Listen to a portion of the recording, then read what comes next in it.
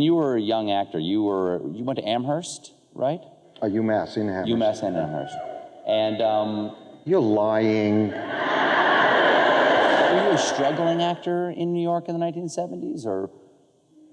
I was telling this story actually the other day. The first job I had was in Provincetown. Mm-hmm.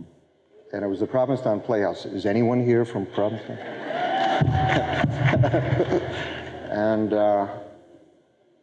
I remember getting the job, and it was the first job I had as an actor, not just in school, but it was kind of as a lark that I did this audition. I got the job, and it was a lark? You hadn't planned on doing it? Not really.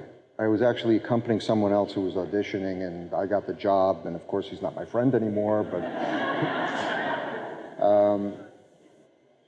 I ended up paying $28 a week, 28 and change.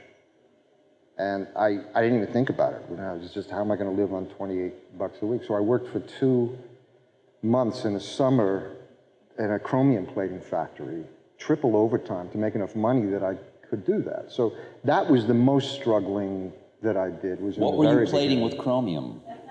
Car parts. Oh, really? It was car parts, motorcycle parts. This thing would come through. You have a barrel of stuff, and you put them up on these prongs, and it goes through and into the bath that puts chromium on it. I'm sure you had all the safety equipment you needed, and you weren't breathing in anything. Absolutely. No. Okay. No. How close did you ever come close to being completely destitute in your early career? Did you ever come close to homelessness yourself? No. But let me. I have to explain. I came from a very middle class, Leave It to Beaver background. Uh-huh.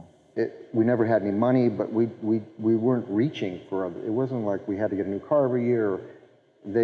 My mother and father were with 5 kids. We had the music lessons, we had sports, it was very nice high school suburbs. It was Leave It to Beaver. So I didn't have a background of huge problems or destitution, anything like that.